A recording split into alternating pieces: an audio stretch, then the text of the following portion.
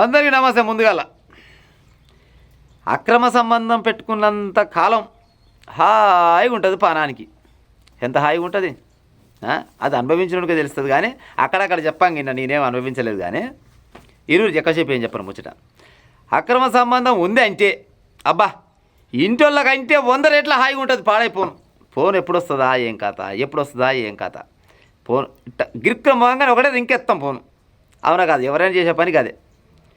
ఇక పుసుకున్న రానే అన్నదనుకో, ఆయన అయినా రానే అన్నదనుకో, అది ఆడవాళ్ళకైనా మొగలకైనా గట్టిన పాడవుతుంది. కానీ ఇక తొంగి చూడ బొంగవాడ వచ్చి ఒక కాడ నిలబడితే ఎప్పుడు వస్తుందా ఏం కథ, ఎప్పుడు వస్తుందా ఏం కథ అనేది ఒకటే పందెలతో.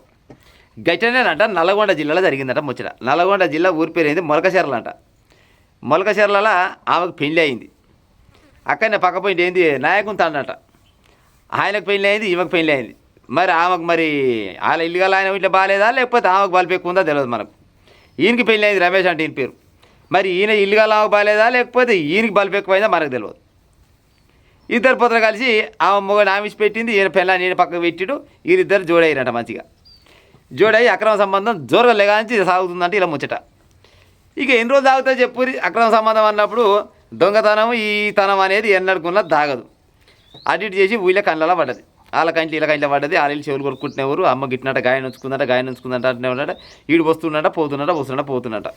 గతంలో 2-3 సార్లు పిలిపించి అరే రమేష నీకు పెళ్ళి అయింది బిడ్డ, దానికి పెళ్ళి అయింది, దానికి పిల్లలు ఉన్నారు, నీకు పిల్లలు ఉన్నారు, నీ పిల్లల కాడ నువ్వో దాని మోహన్ కాడికి ఆడిపోతాడు, మీరు ఓలంతలా వాళ్ళు బతుకురని పెద్ద మనుషులు చెప్పిరట.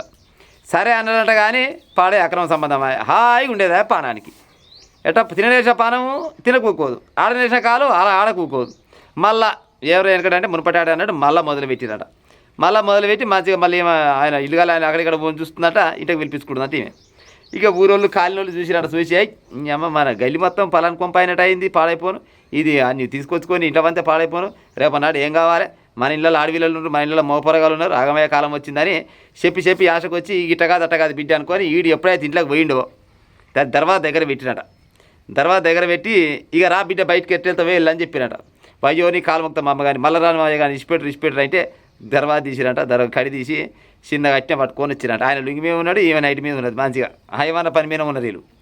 బయట తీసుకొచ్చి తమ్మాన్ని కట్టేసి చెప్పు తీసుకొని ఇక జరుస్తారు. చూడరు వీడియో ఒకసారి వస్తుంది. పల్ల ముక్కనక మూతనక ఒకటే పని తలిగిరు. ఆడోళ్ళు మొగలు ఏం కొడుతురు.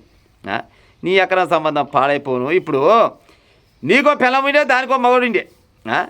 అవునమ్మా, నీ మగం దగ్గర నీ సుఖం తీసుకోవాలి, ఆర్పిల్ల నీ భార్య దగ్గర ఆ సుఖం తీసుకోవాలి.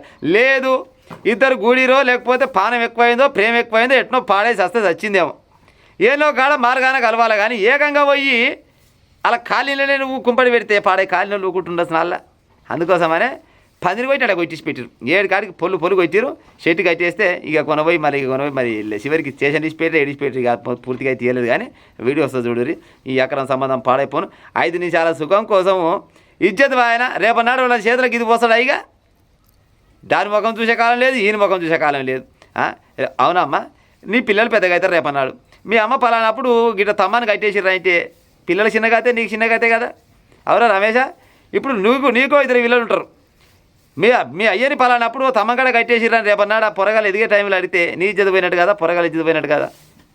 మీ సుఖాల కోసం పిల్లల భవిష్యత్తు నాగా చేసి పాడవుతారు. మీ అక్కడ సంబంధాలు పాడైపోను. నల్లగొండ జిల్లాలో జరిగిందంటే ఈ ముచ్చట చూడరు ఒకసారి.